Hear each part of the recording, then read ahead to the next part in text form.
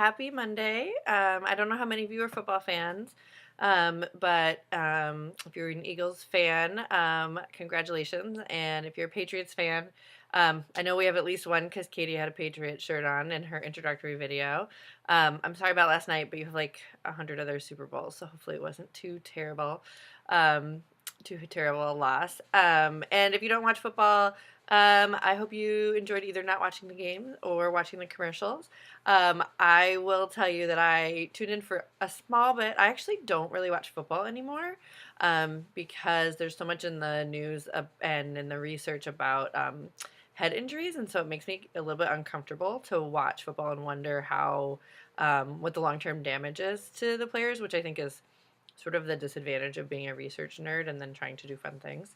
But I did tune in to a commercial using Martin Luther King's speech to try to sell Dodge Ram pickup trucks, which I thought was not great. And I did also see what was definitely my favorite commercial of like the three I watched, which was a couple of guys from the Giants reenacting the scene from Dirty Dancing. So for my money, that was the best. And if you haven't watched it, I think you should Google it. I highly recommend it. All right, so let's talk about week 5 of the class, which, if you're keeping track, means at midnight on Sunday we will be a third of the way through the semester. So hopefully it feels like it's going by quickly. And there are 3 things that we're going to focus on this week in your reading and in your discussions and in your work outside of class, which are power. And this is going to connect, I'm sure, quite a bit with the work that you did last semester in your human diversity class. And so you have a reading in the textbook, chapter 4 in the political social work textbook that hopefully will connect nicely with that. And then there's a journal assignment that's due by Sunday, which connects with that chapter and is actually one of the exercises from that chapter. So I definitely recommend before you do the journal article, before you do the journal assignment, read that chapter in the textbook. Otherwise, I think you might be a little bit confused. You also have a couple of readings about social justice, one from Michael Reich about sort of social workers in general, working on social justice, and then a little clip about Jim Crow that connects also with what we did last week. And then a set of videos from the series called America Divided that we will get to in a minute. And then the other thing that we're going to focus on this week is to just keep doing research and collecting information for your final assignment. And so you'll see in the readings, you've got some short clips from the library that I'm hopeful will be useful for you. As somebody else who's relatively new to Sacred Heart, I'm also getting to know the library and what capacities they have and what resources they have. And so I think those videos are a really good way to get into that. All right, so let's talk about the America Divided videos. So if you go into the readings, and I will try to put a link to this in this announcement, but there's what Blackboard calls a choice tool, and it gives you a set of 8 videos, and it says that you can choose one. So a couple of things about that. If you look at the titles and you say, I don't know what out of reach means, that's okay. If you go back to Blackboard to the list, to the link in the readings to the list, to the set of movies that come under the title of America Divided, you can click on that and you'll get to links to all the movies plus about a paragraph about each movie, which will help you pick. And they're all roughly the same. They're all somewhere between 35 and 45 minutes. I had watched them, bits and pieces of them before, but I had sat down and rewatched all of them in preparation for this week. And I have to say, they're tremendous. Whichever one you pick, I think you'll learn something new and you'll hear about a new aspect of a problem that maybe you hadn't thought about before. I also think they do a great job of connecting sort of one problem to another to get a sense of sort of how the way that we're segregated and how we live affects the way that our kids get treated by their schools, which affects the prison system. I mean, it's just the connections in these videos are really great.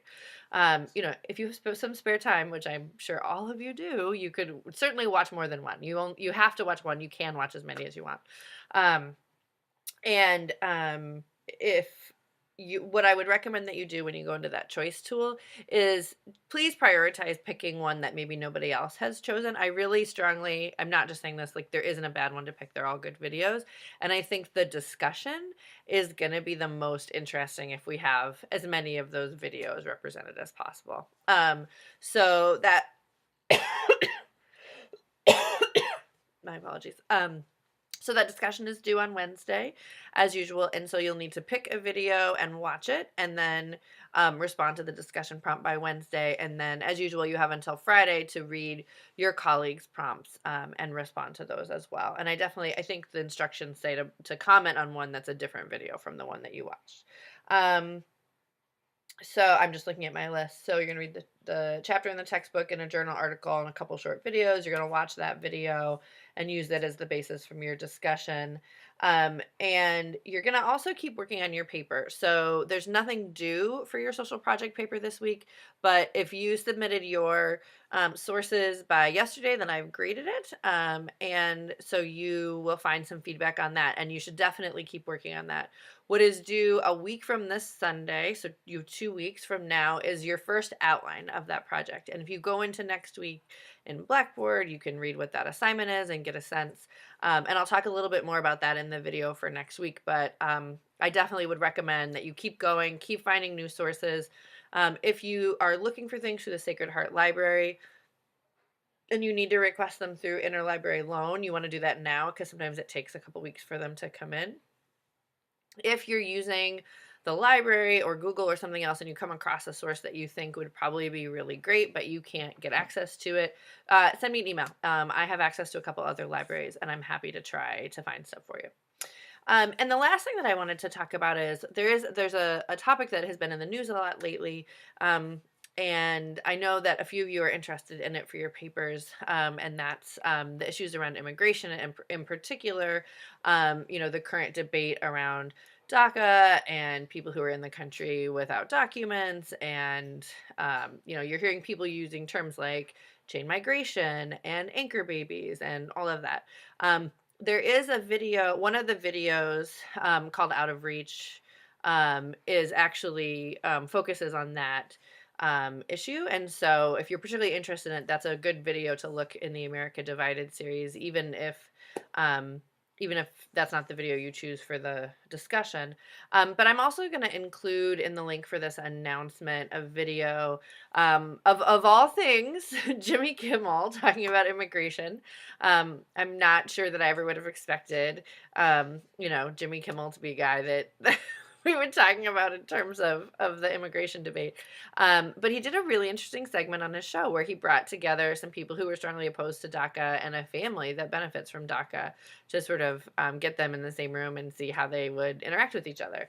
And one of the things that came up in that video is, I think, a topic that many of you are going to come across in a lot of your papers, which is something that we call framing in social work and in policy in general. And so in social work, when we talk about framing an issue, we often talk about that in terms of sort of like, how do we talk about it? What are the words that we use? What are the analogies that we use to help people understand it? And so, for example, if you think about the abortion debate in the US, right, even just the terms pro-life versus pro-choice are about framing the issue of abortion, either as about life or death or about a woman's right to choose, right? And so the words that we choose are really important. And one of the things that you'll hear people talking about when it comes to immigration is they'll say, and in this Jimmy Kimmel video, I heard it a lot, of people saying, well, if you're in the country and you're not documented, or what they call illegal, you should go to the back of the line. You should go back to your country and get in line. And that's a phrase that we have been using to talk about immigration in this country since George W. Bush was president.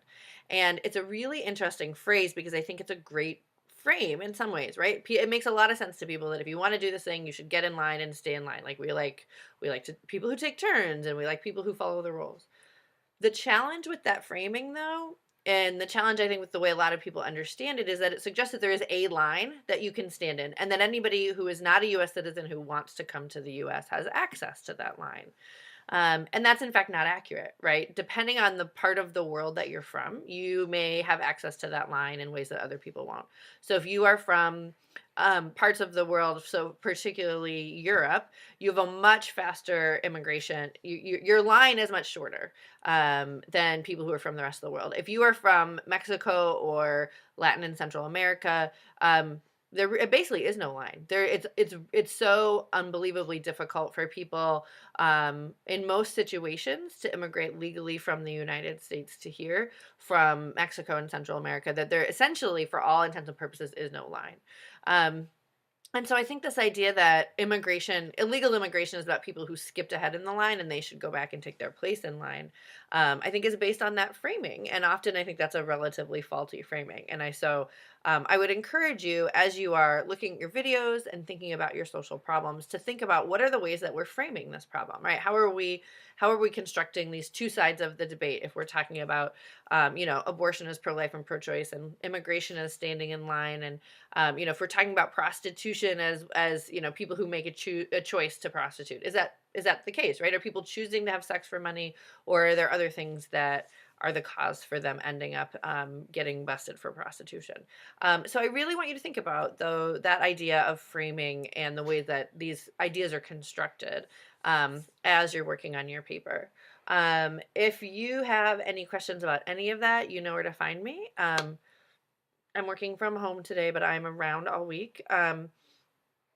And again, so for this week, focus on your reading, the two assignments that are due this week, the discussion and the journal entry, and then keep working on your outline for next week, because it's definitely not the kind of thing that you want to do at the last minute on Sunday night. And please, please, please be in touch. I hope you're having a great week. I hope that as few of you have the flu as possible, because it's going around, man. And I hope you'll be in touch if you need anything. Okay, I'm done. Bye.